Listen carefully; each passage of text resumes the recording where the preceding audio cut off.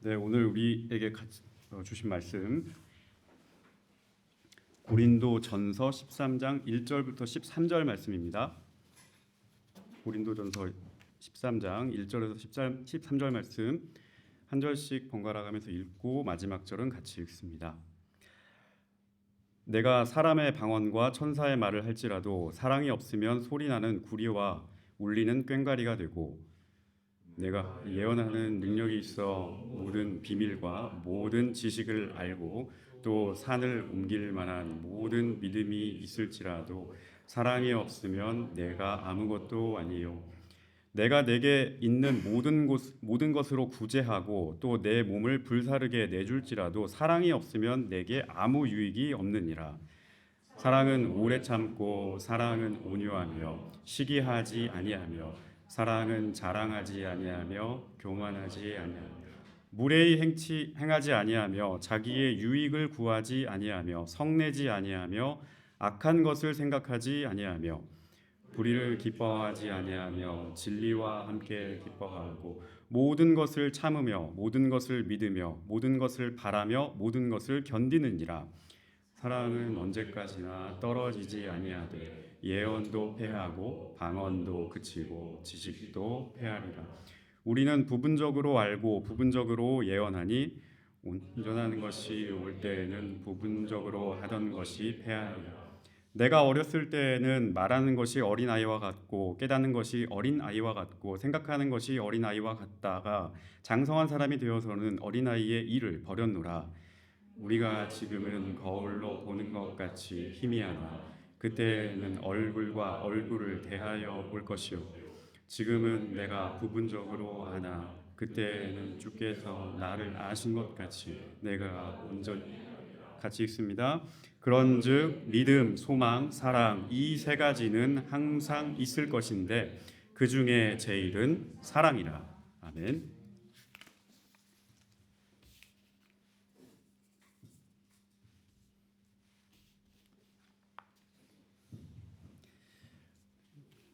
뭘 많이 놓을 수 있어서 참 편리하고 좋군요. 이게. 자, 오늘 대림절 네 번째 주일을 맞았습니다. 대림절 지금 저희가 4주째 이제 마지막 주일로 지키고 있는데 맨 마지막 주일의 큰 주제는 사랑입니다. 지난주에는 저희가 기쁨에 대해서 말씀을 생각을 해봤고 이번 주 성탄절 바로 앞에 있는 대림절 마지막 주일 주제는 사랑입니다. 무엇보다 예수님께서 이 땅에 우리를 위해서 찾아오신 예수님께서는 우리를 사랑하는 주님으로, 사랑의 주님으로 오셨습니다.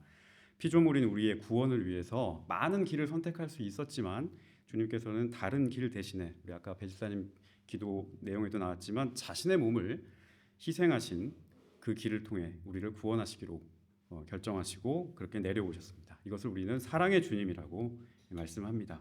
이 땅에 주님께서 육신을 입고 태어나셔서 십자가를 지시고 사흘 만에 부활한 그 주님의 공생의 그 사건, 여정 자체가 세상을 끝까지 사랑하신 주님의 길이었습니다. 우리는 이것을 사랑의 길이라 부를 수 있을 것 같습니다.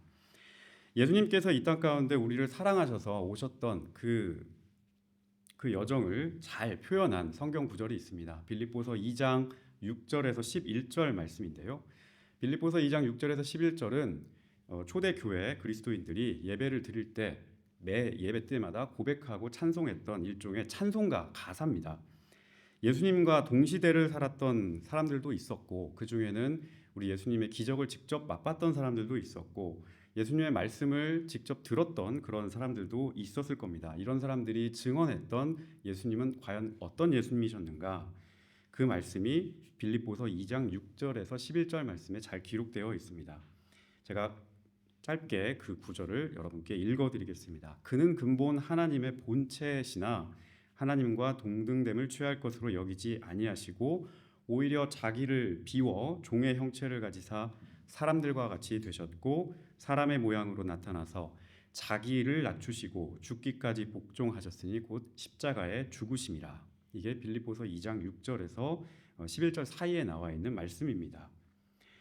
거기 말씀에 보면 하나님께서는 하늘 보좌에 예수님은 하늘 보좌에서 하나님과 동등한 그 본체가 하나님이셨는데 무엇 하나 모자람도 없고 부족함도 없는 분으로 그냥 계실 수 있었지만 그 자리를 스스로 버리고 그리고 우리 가운데 내려오셨습니다. 충만함도 없고 만족함도 없는 우리 인간의 자리에 직접 내려오셨습니다. 자기의 자리를 지킬 수 있었지만 그 자리를 머무르는 것에 고집하지 않으시고 자기를 비우고 낮추고 죽음에 이르기까지 순종하심으로 비워있던 우리를 충만하게 채워주시고 낮아있던 우리를 높여주시고 죽음으로 갈 수밖에 없는 우리의 영혼을 살리시는 그런 역사를 보여주셨습니다. 성경은 이것을 우리를 향한 우리 그리스도 예수의 다함 없는 사랑이라고 말합니다. 진정한 사랑이라고 그렇게 노래를 합니다. 초대교회 교인들은 그래서 예배를 드릴 때마다 모일 때마다 이러한 주님을 높이고 찬양했습니다.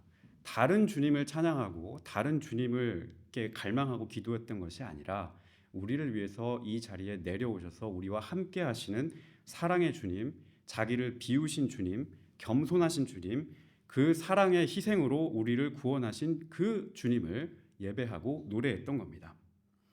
주님께서 이 땅 가운데 내려오신 이유를 우리가 잊지 않고 그렇기 때문에 성도로서 제자로서 그분의 부름을 받은 사람으로서 우리가 살아가는 이 삶 가운데서 예수님의 길을 따라가겠다고 하는 믿음의 결단도 거기에 덧붙여졌습니다. 그때나 지금이나 복음의 핵심은 동일합니다. 주님의 가르침도 동일합니다. 주님의 부르심도 동일합니다. 성도와 제자가 따라가야 할 그 길도 변함이 없습니다.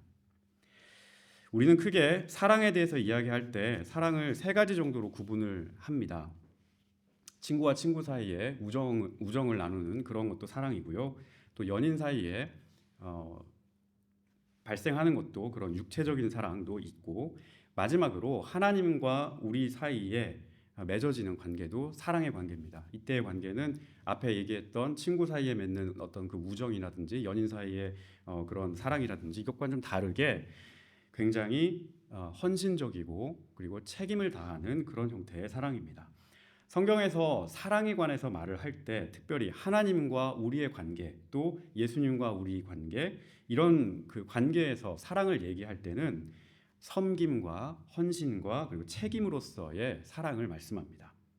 그냥 우리가 어떤 사랑을 통해서 기쁨을 누리고 만족을 누리고 어떤 쾌락을 얻고 뭐 이런 형태의 사랑을 얘기하는 것이 아니라 내가 무엇을 보상받기 위해서 무엇을 채우기 위해서 나로부터 출발해서 상대에게 가는 그런 형태의 사랑이 아니라 출발점을 남에게 두고 거기에서부터 내가 어떻게 섬길 수 있는가를 생각하는 것이 바로 성경이 말하는 사랑입니다.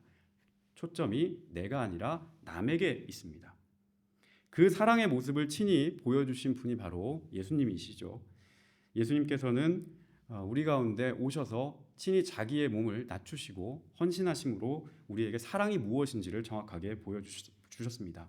우리는 그분의 자녀요, 또 그분께서 선택한 백성이요, 그분의 뒤를 따라가야 하는 제자로서 우리 주어진 인생의 수명 안에서 이 땅 가운데서 그 사랑을 증거하고 실천하라는 부름을 받은 사람들이죠.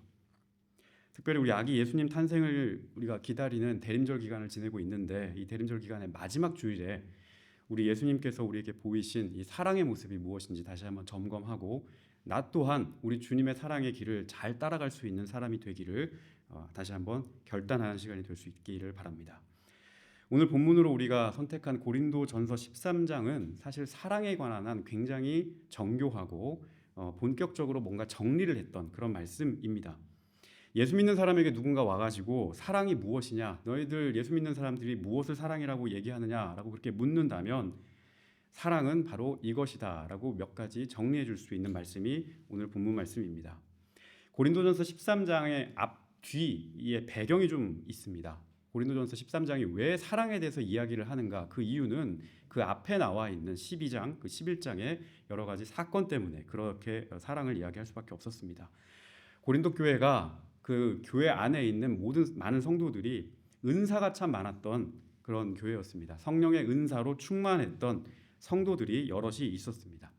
어떤 사람은 하나님께서 그 사람에게 방언의 은사를 부어주셔서 방언으로 기도할 수 있는 은사가 있었고, 어떤 사람은 미래를 잘 볼 수 있는 통찰력을 가지고 있는 그런 예언의 은사가 있었고, 또 어떤 사람은 그 예언을 지혜롭게 잘 풀어서 해석해서 사람들에게 알려줄 수 있는 그런 지혜와 통변의 은사가 있었습니다. 사람들이 각기 그런 다양한 은사를 가지고 교회에서 활동을 하고 있었습니다. 오늘 본문 13장 8절 말씀을 보게 되면 그 8절 말씀에 예언도 패하고 방언도 그치고 지식도 패하리라라고 하는 그 말씀이 표현이 등장합니다. 여기 보면 예언, 방언, 지식 이런 것들이 다 패해진다, 앞으로 없어지게 된다라고 하는 표현인데 그만큼 고린도 교회 안에 있는 사람들이 이러한 은사들을 가진 성도들이 많았음을 알 수가 있습니다. 본래 은사라고 하는 것은 하나님께서 우리에게 주신 선물인데 하나님의 일을 위해서 사용하라고 우리에게 주신 겁니다. 그 쓰임새가 목적과 부합했을 때 은사는 유효합니다. 그런데 고린도 교회에서의 문제는 뭐였냐? 은사는 충만하고 하나님께서 주신 선물은 넘쳐났는데 그 은사를 주님께서 원하는 그 쓰임새에 맞게 목적에 맞게 제대로 쓰지 못했다는 데 문제가 있었습니다. 교인들 사이에 어떤 은사가 더 큰가, 어떤 은사가 더 우월한가, 어떤 은사가 무엇보다 더 앞서 있는가, 누가 더 큰 은사를 가졌는가, 이렇게 서로 은사를 두고 경쟁하는 관계가 만들어졌기 때문입니다. 복음에 충실하고 그리고 초대교회 같으면 복음에 매우 충실하고 또 때로는 복음 때문에 목숨도 걸어야 했던 그런 신앙생활의 조건이었습니다. 초대교회 사람들은 그냥 편하게 앉아서 뭐 주일에 나와서 예배 드리고 말고 이런 상황이 아니라 예수를 믿고 살아갈 때 그 예수 믿는다는 거 하나만으로도 이 사람들은 목숨을 걸어야 했던 그런 사람들이었습니다. 신앙생활이 장난이 아니고 신앙생활이 이 사람들에게는 자기의 삶의 전부고 그리고 진지함이었어요. 그리고 주님에 대한 충성도가 당연히 높을 수밖에 없었습니다. 내가 이 믿음을 통해서 내 삶을 걸고 내 가족의 모든 걸 다 걸고서 주님께로 나아간다라고 하는 믿음의 고백으로 나왔기 때문에 이 사람들의 신앙은 진지할 수밖에 없었어요. 믿음으로 주 안에서 하나가 되라고 그렇게 주님께서 말씀하신 것에 충실할 수밖에 없었어요. 그런데도 불구하고 그 안에 인간적인 약함과 연약함, 부족함들이 작동을 했던 겁니다. 은사를 두고 서로 갈등하고 경쟁하고 내가 남보다 조금 더 우위에 있어야 마음이 편하다라고 하는 이런 우월의식들이 자기도 모르게 작동했던 겁니다. 성경은 이런 사람들 사이에 나타나는 갈등이나 이런 사람들 사이에 작동하는 이런 모든 것들을 뒤덮을 수 있는 가장 중요한 은사가 무엇인가 오늘 말씀을 통해서 이야기합니다. 가장 중요한 은사는 다름 아닌 바로 사랑입니다. 우리 오늘 같이 읽은 고린도전서 13장 1절에서 13절 전체가 사랑이란 무엇인가? 과연 어떤 상태, 어떤 태도, 어떤 행실을 두고 우리가 그리스도의 사랑이라 부를 수 있는가? 여기에 대한 질문에 응답을 하고 있습니다. 사랑은 오늘 말씀에 비춰보면 사랑은 겉만 번쩍이는 이런 거품이나 겉만 번쩍번쩍거리는 그런 외모 이런 것들이 아니라 사랑은 속이 꽉 찬 내용입니다. 그리고 알맹입니다. 다시 말해서 사랑은 진정성과 섬김이라고 하는 내용물이 있어야 합니다. 13장 1절과 2절 말씀 여러분 볼 수 있으면 한번 읽어보도록 하겠습니다. 13장 1절 2절 시작. 내가 사람의 방언과 천사의 말을 할지라도 사랑이 없으면 소리나는 구리와 울리는 꽹과리가 되고 내가 예언하는 능력이 있어 모든 비밀과 모든 지식을 알고 또 산을 옮길 만한 모든 믿음이 있을지라도 사랑이 없으면 내가 아무것도 아니요. 아멘. 겉으로 볼 때는 굉장히 활기차고 화려하고 뭐 은혜 넘치게 보일 수도 있습니다. 방언도 하고 천사의 말처럼 유려한 언변을 가지고 미래도 예측을 하고 지혜롭게 통변도 하고 겉으로 볼 때는 참 뭐가 있는 것처럼 돌아가지만 그러나 그 속에 그리스도의 사랑, 그리스도를 향한 진정한 믿음이 담겨 있지 않으면 그것은 빈말이요 소음에 불과하다 말씀입니다. 차라리 투박하더라도 고요하더라도 그 속에 진정한 마음과 사랑의 마음을 담아서 그 사람을 바라봐 주는 것이 더 하나님 마음에 맞을지도 모르겠습니다. 말로만 사랑을 떠드는 것보다 묵묵히 그 사람을 붙잡고 지지하고 진심으로 그 사람을 위해서 기도하는 편이 주님의 사랑에 더 맞는 길인지도 모르겠습니다. 사랑은 그 속에 진정성을 담아야 합니다. 진실한 마음을 담아야 합니다. 말과 행동은 우리의 진심을 가릴 수 있습니다. 그것은 겉모양처럼 포장할 수도 있고 얼마든지 우리를 꾸밀 수 있습니다. 그러나 그 말과 행동이 내용물과 하나가 되도록 그 내용을 채우라고 주님께서는 말씀하십니다. 무엇으로? 그것을 사랑으로 채우라고 말씀하십니다. 만약 그 속에 우리 주님을 향한 사랑이 없다면, 주님께서 나에게 보내주신 주님의 이 형상을 닮은 자매와 형제들을 향한 사랑이 없다면, 우리는 아무리 좋은 말을 하고 아무리 좋은 행동을 하더라도 금세 거기에 대해서 금세 지치고 탈이 나고 말 겁니다. 3절 말씀도 한번 같이 읽어보도록 하겠습니다. 3절 시작. 내가 내게 있는 모든 것으로 구제하고 내 몸을 불사르게 내어줄지라도 사랑이 없으면 내게 아무 유익이 없느니라. 자신의 물건과 돈을 들여서 남을 이롭게 하는 행위가 구제입니다. 그리고 또 자기의 몸과 시간을 들여서 남을 섬기는 일이 봉사입니다. 구제와 봉사는 그 자체만으로도 귀하고 아름다운 일입니다. 구제하고 봉사하는 일 자체가 쉽지 않고 그 일 자체가 귀하고 아름다운 일입니다. 근데 성경은 구제하고 봉사하고 이렇게 남을 위해서 헌신하는 그것 아름다움 그 자체에 머물지 말라고 지금 말씀하고 있습니다. 그 구제하는 사람의 마음에 무엇이 담겨 있는가? 남을 섬기는 사람의 그 마음에 무엇이 담겨 있는가? 이것을 비춰보라. 이것이 더 중요하다는 말씀입니다. 지금 내가 구제의 손길을 펼치고 있는 그 사람, 그 시간, 교회 같으면 나의 주님께서 나에게 허락하신 이 하나님의 형상인 내 형제와 자매, 그분을 향한 사랑이 그 속에 있는지, 사랑의 마음이 거기에 작동하고 있는지, 내가 지금 이것을 하는 행위에 내 마음에 사랑의 마음이 담겨 있는지, 진심을 다하고 있는지, 전심을 다하고 있는지 끝없이 보라는 말씀입니다. 왜요? 그 속에 사랑이 없으면 그 말과 행동, 구제, 섬김도 금방 지치기 때문입니다. 금방 고갈되기 때문입니다. 섬김이나 봉사 한두 번씩은 할 수 있어요. 사랑이 없으면 그게 꾸준하게 이어지지를 못해요. 기분에 따라 바뀌고 상태에 따라 그게 좌우될 수 있기 때문입니다. 섬김과 봉사의 기준이 사랑이 아니고 내 기분이 되고 내 형편이 되어버렸을 때 그 지속성을 담보할 수가 없는 거죠. 다른 것이 사랑의 기준을 대체하게 된다는 말씀이에요. 사랑이 없고 긍휼한 마음이 없고 자비의 마음이 없는, 다시 말해서 주님께서 우리를 충만하게 부어주시는 그 마음에 의지하지 않고 하는 모든 일들은, 의무와 책임으로 감당하는 그런 일들은 말 그대로 조금 심한 표현하면 버티기입니다. 자칫하면 자기 자신만 더 혹사하고 자기 자신을 더 파괴하는 쪽으로 나아갈 수가 있습니다. 내가 이걸 왜 하고 있지? 내가 왜 이걸 해야 하는 거지? 의미를 찾지 못하고 의무감 때문에 자기를 더 힘들게 하는 경우가 많을 수 있다는 거죠. 귀하고 아름다운 일입니다. 귀하고 아름다운 일이 오히려 나를 더 좀먹는 일이 될 수 있다는 겁니다. 미덕이 되지 못하고 독이 될 수 있다는 겁니다. 그 속에 사랑이 없으면, 주님을 향한 사랑이 없으면, 내가 섬기는 공동체에 대한 사랑이 없으면, 내가 지금 바라보고 있는 이 사람에 대한 긍휼한 마음이 없으면 섬기고 맡고 있는 모든 일들이 오히려 나를 좀먹는 일이 될 수가 있다는 말씀입니다. 그래서 오늘 3절 말씀도 사랑 없는 봉사, 구제, 섬김이 오히려 내게 유익하지 않다고 그렇게 말씀하고 있어요. 정죄하는 말씀이 아니에요, 여러분. 정죄하는 말씀이 아니에요. 우리 안에 그런 사랑의 마음이 늘 충만하기를 간절히 바라는 마음으로 여러분에게 맡겨주신 사명들을 감당할 수 있기를 바랍니다. 그렇다면 성경이 우리에게 가르치는 사랑은 도대체 뭘까?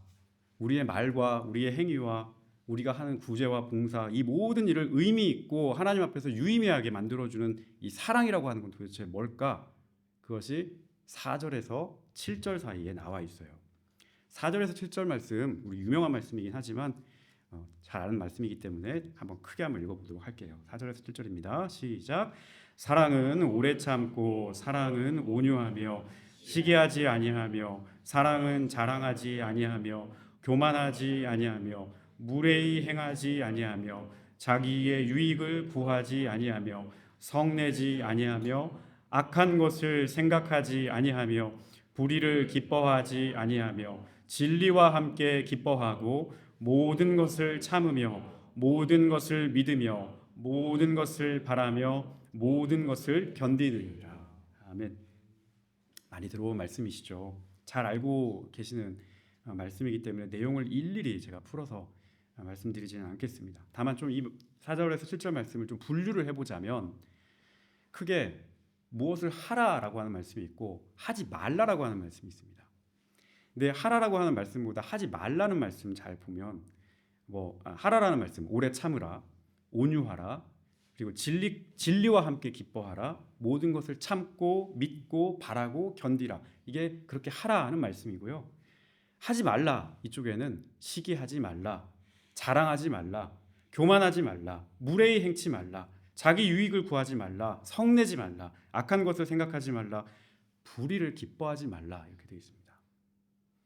이 하지 말라라고 하는 말씀을 자세히 한번 보시기 바랍니다. 다 누군가의 관계에서 일어나는 일입니다. 내가 누군가 관계를 맺고 있기 때문에 그 관계 때문에 일어나는 일입니다. 관계를 맺고 있기 때문에 누군가와 비교해서 시기를 하게 되고, 관계를 맺고 있기 때문에 누군가에게 자랑하고 싶고, 관계를 맺고 있기 때문에 누군가에게 무례히 행하고 성을 내고, 누군가와 비교해서 교만을 부리고 자기의 유익을 따지고 누군가를 위해하려 악을 구상하고 그리고 누군가의 추락을 기뻐합니다. 모두가 관계를 맺고 있기 때문에 발생하는 일입니다. 그리고 이런 일들이 선한 관계를, 좋은 관계를 파괴하기도 합니다. 그럼 이런 잘못과 오류 같은 것들, 우리 이 잘못된 것들을 우리가 범하지 않기 위해서 어떻게 하면 될까? 그럼 관계를 다 없애버리고 떠나면 되는 거 아닙니까? 라고 그렇게 말씀하실 수도 있습니다만 그게 또 안 됩니다. 왜냐? 사람은 태생적으로 관계에서부터 나기 때문에 그렇습니다. 누구 엄마와 아빠가 관계 가운데 우리를 낳았고 우리가 그렇게 태어났고 또 우리는 살아가면서 끊임없이 사람들과 관계를 맺고 삽니다. 하나님과 나의 관계를 맺고 나와 주변 사람들의 관계를 맺고 내가 살아가는 환경과의 관계 속에서 우리는 살아갑니다. 우리 인간은 관계라고 하는 틀에서 벗어날 수가 없어요. 늘 관계를 맺고 살아가는 존재입니다. 그래서 이 관계를 벗어 던지고 끊어버리고 없애버리고 그러면 우리가 죄짓지 않는 거 아니냐 그렇게 생각할 수 있지만 그게 아니라 어떻게 이 관계를 아름답게 만들어 갈까를 고민해야 합니다. 어떻게 이 관계를 선하게 다시 세울 수 있는지를 늘 생각해야 한다는 거죠. 할 수 있으면 더 아름답고 건설적이고 활기차게 이 관계를 우리가 어떻게 맺어갈 수 있는가? 그것은 하나님과 나의 관계도 마찬가지고 나와 너의 관계도 마찬가지고 나와 사회의 관계, 나와 세계의 관계도 마찬가지입니다. 2020년에 들어가지고 사회적인 갈등이 굉장히 심해졌죠. 눈에 띄게 굉장히 심해졌습니다. 전쟁도 빈번해졌죠. 전쟁의 위협도 되게 많아졌습니다. 가만히 그 속을 파고 들어가 보면 여러 가지 이유를 찾을 수 있겠지만 결국에는 자기의 유익을 추구하는 데만 집중하기 때문에 그런 일이 벌어집니다. 상대와의 관계를 파괴해서 내 유익을 구하기 때문에 그런 일이 벌어집니다. 오만을 부리고 힘이 있다고 오만을 부리고 돈이 있다고 우위에 서려고 하고 그렇지 못하는 것을 시기해서 서로 결속해서 대항하려고 하고 상대가 파괴되는 것을 보고 가슴 아파하는 게 아니라 불의를 보고 기뻐합니다. 그 추락을 바라보면서 박수를 칩니다. 진리 아닌 것에 자기의 영혼을 팔고 진리 아닌 것을 동경하고 그러한 선택을 합리화하는 그런 일들이 벌어집니다. 이 모든 일들의 뿌리에 사랑의 부재가 있습니다. 사랑하지 않기 때문입니다. 남을 나처럼 사랑하지 않고 남의 입장에서 그를 사랑하는 마음을 갖지 못하는 이 마음 때문에 이런 일들이 벌어지는 일입니다. 아주 일상에서 벌어지는 사소한 일부터 우리는 사랑을 훈련하지 않고 연습하지 않기 때문에 이러한 일들에 무감각해진 것인지도 모르겠습니다. 하여 성경은 오늘 말씀을 통해서 우리에게 말씀합니다. 이 관계를 복원하고 회복하는 길은 사랑밖에 없다고 그렇게 말씀합니다. 이 관계를 깨지지 않고 보존하고 더욱더 튼튼하게 가꾸어 갈 수 있는 방법은 주님이 우리를 사랑하셨던 그 방법대로 우리가 서로 사랑하는 길밖에 없다고 그렇게 말씀합니다. 주님께서 우리에게 가르쳐 주신 사랑의 방법은 남을 나보다 더 낮게 여기는 그 마음에서부터 출발합니다. 사랑은 나보다 남을 더 낮게 여기는 그 마음에서 시작합니다. 주님께서 그런 마음을 가지고 있는 사람들에게 주님의 동일한 사랑의 마음을 부어주십니다. 오늘 우리가 함께 읽은 4절에서 7절 말씀에 나오는 사랑의 내용도 따지고 보면 결국 나를 낮추고 나를 비우고 그리고 나를 낮추고 비움으로 인해서 너를 채우고 너를 높여주는 그 겸손에서부터 시작된다는 것을 볼 수가 있죠. 우리 주님께서 아까 말씀한 것처럼 하늘 보좌를 고집하지 않고 그 자리를 버리고 낮추고 내려오시고 자기를 비웠던 것처럼, 그래서 십자가의 그 죽음까지 순종하셨던 것처럼 나도 나보다 남을 더 낮게 여기는 마음, 낮고 겸손한 그 마음으로 내 앞에 있는 상대를 섬길 때, 그때 바로 주님의 사랑이 무엇인지를 우리가 알게 되고 그 사랑의 힘으로 말미암아 우리에게 주어진 일들을 감당할 수 있게 되는 겁니다. 이 사랑이 우리 주님을 온전하게 아는 길입니다. 사랑을 할 때, 섬기는 사랑을 할 때, 자기를 낮추고 나보다 남을 낮게 여기는 그 섬김과 봉사의 사랑을 할 수 있을 때 우리는 주님이 얼마나 나를 사랑하시는지 그 사랑을 비로소 알게 된다는 그런 말씀이에요. 오늘 8절에서 10절 말씀을 보면 예언도 방언도 지식도 다 하나님을 알 수 있는 길이지만, 그러나 그 길은 부분적이라고 말합니다. 그냥 하나님의 한 부분을 우리가 알 뿐이다, 희미하게 그분에 대해서 그냥 볼 뿐이다 라고 그렇게 말씀합니다. 하지만 사랑은 깨끗이 닦은 창문처럼, 하나님이 이런 뜻을 가지고 우리에게 말씀하셨구나, 하나님의 이런 뜻을 우리에게 보여주셨구나, 이것을 알 수 있는 온전한 알매 길입니다. 하여 바울 사도는 하나님과 그 관계, 나와 내가 맺는 그 모든 관계에서 그 무엇보다 중요한 것이 무엇이냐, 바로 사랑이라고 그렇게 말씀합니다. 믿음도 소중하고 소망도 소중하고 모든 것이 다 소중하지만 그 중에 가장 소중한 것이 무엇이냐, 모든 허물을 덮어주고 모든 것을 섬겨줄 수 있고 나의 모든 것을 뒷받침하여서 그 사람을 높여줄 수 있는 그 주님의 사랑을 닮은 그 길, 바로 사랑이다, 그렇게 말씀합니다. 13절 말씀 우리 같이 한번 읽어보도록 하겠습니다. 시작. 그런즉 믿음, 소망, 사랑, 이 세 가지는 항상 있을 것인데 그 중에 제일은 사랑이라. 우리 사랑하는 성도 여러분, 사랑은 깨어졌던 관계를 회복하는 유일한 길입니다. 사탄은 항상 우리의 좋았던 관계를 회방하는, 참소하는 자로 우리를 유혹하고 우리를 미혹하게 하죠. 욥기서 1장에 보면 욥과 하나님과의 관계가 굉장히 좋았어요, 처음에. 그런데 사탄이 나타나가지고 하나님한테 그러죠. 욥이 까닭없이 저렇게 하나님을 숭배하겠습니까? 하나님께 예배하겠습니까? 하나님이 부자로 만들어주고 잘 살게 해주고 모든 복에 복을 부어주셨으니까 그런 거 아니겠습니까? 라고 그 하나님과 욥의 좋았던 관계를 깨들어 들어와요. 깨집니다. 관계라고 하는 것은 항상 그렇게 깨들어오는 사탄의 유혹이 있기 마련입니다. 이것을 이길 수 있는 힘이 바로 사랑입니다. 내가 그 사람을 더욱더 마음으로 품어주려고 하는 그 마음에 하나님께서 더 큰 사랑의 마음을 부어주십니다. 사랑은 그렇게 관계를 회복할 수 있는 힘으로 작용하고 그 관계를 회복함으로 인해서 하나님이 우리를 얼마나 사랑하는지를 알 수 있는, 하나님을 바라볼 수 있는 투명한 창입니다. 그리고 교회란 그런 하나님의 사랑을 맛볼 수 있는 그런 곳이어야 합니다. 그렇게 갖고 갑시다.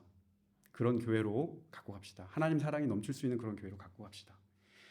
사랑에는 우리가 알 수 없는 주님의 놀라운 능력이 작용합니다. 주님의 능력이, 그 사랑의 능력이 이 교회 가운데 충만하게 임할 수 있도록 또한 기도할 수 있기를 바랍니다. 예배는 그 하나님의 사랑이 충만하게 임재하고 우리 각자의 성령의 능력으로 말미암아 그 하나님의 사랑을 회복하고 그 하나님의 사랑으로 살아갈 수 있는 마음을 복원하는 그런 시간이어야 합니다. 성도의 생활은 그 하나님을 각자의 삶의 자리에서, 내가 처해 있는 현장에서, 일터에서, 학업의 자리에서, 가정에서 만나는 이웃마다 증명해야 하는 그런 곳입니다. 성탄을 기다리는 오늘 대림절 마지막 주일입니다. 주님께서는 끝까지 우리를 안아주시고 우리를 인내하시고 우리를 품어주시는 사랑의 주님으로 찾아오십니다. 그리고 그 사랑의 품 가운데 우리에게 더 풍성한 것을 부어주시려 찾아오시는 주님이십니다. 우리 또한 우리 주님을 닮아서 오늘 말씀과 같이 모든 것을 참고, 모든 것을 믿고, 모든 것을 바라고, 모든 것을 견디며 진실을 찾고 그 찾은 진리에 기뻐하며 성냄과 악에서부터 멀어지고 작은 유익보다 모두에게 풍성한 유익을 구하는 사랑의 마음으로 우리의 심령을 풍성히 채울 수 있는 모든 성도님들 될 수 있기를 바랍니다. 대림절 기간 항상 이 사랑의 기간, 이 한 주는 주님께서 우리에게 부어주신 그 사랑의 마음으로 충만한 한 주 보낼 수 있기를 또한 예수님 이름으로 축복하며 말씀을 맺도록 하겠습니다. 사랑하는 하나님 아버지, 감사합니다. 우리에게도 주님의 사랑을 충만하게 부어주시옵소서. 우리를 끝까지 사랑하신 예수님의 마음을 풍성히 부어주셔서 사랑으로 승리하는 모든 성도가 되게 하여 주시옵소서. 인내할 줄 알게 하시고 온유한 마음을 허락하여 주시고 나의 유익이 아닌 모두의 유익을 구하게 하시며 빚을 일을 따르지 않고 진리와 함께 기뻐하고 늘 주님을 뒤따르는 귀한 자녀들이 되게 하여 주시옵소서. 연약한 영혼들을 위하여 자기를 비우시고 십자가에 죽기까지 복종하시고 순종하신 그리스도의 겸손을 닮아 살기를 원하옵나이다. 우리의 구원자 되신 주 예수 그리스도의 이름으로 간절히 기도하였습니다. 아멘.